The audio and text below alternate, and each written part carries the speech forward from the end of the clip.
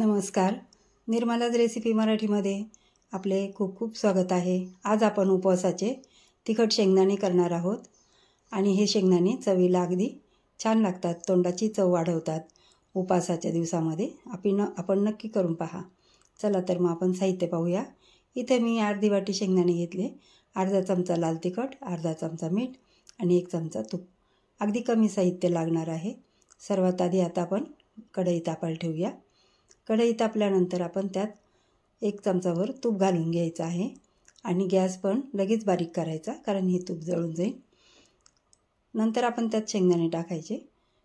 शेंगदाणे एकसारखे हलवत अगदी बारीक गॅसवर आपल्याला हे छान असे तुपामध्ये परतून घ्यायचे। तुपाच्या ऐवजी आपण तेल पण इथे वापरू शकता, उपवासाचे असले तरी चालतात, तेलात तळले तरी। अशा पद्धतीने एकसारखे हलवत आपण बारीक गॅसवर हे भाजायचे। गॅस बारीक असला म्हणजे आतपर्यंत छान असे कुरकुरीत होतात, चवीला पण छान लागतात, कच्चे राहत नाही किंवा जास्त जळत पण नाही।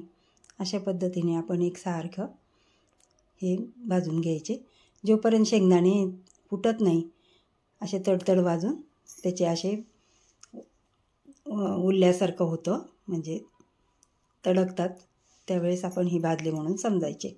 हे बघा, या पद्धतीने मी तुम्हाला व्हिडिओ दाखवते आहे। तसे झाले की आपण एका प्लेटमध्ये काढून घ्यायचे। इथे मी सर्व आता हे शेंगदाणे काढून घेते। आपल्याला एवढे शेंगदाणे परतवण्यासाठी अगदी कमी तूप किंवा तेल जे आपण वापरणार आहोत बिलकुल कमी लागतं। हे पहा, एका चमच्यातून आपलं हे एवढं तूप शिल्लक राहिलेलं आहे। हे तळून झाले। आता आपण यावर लाल तिखट घालूया।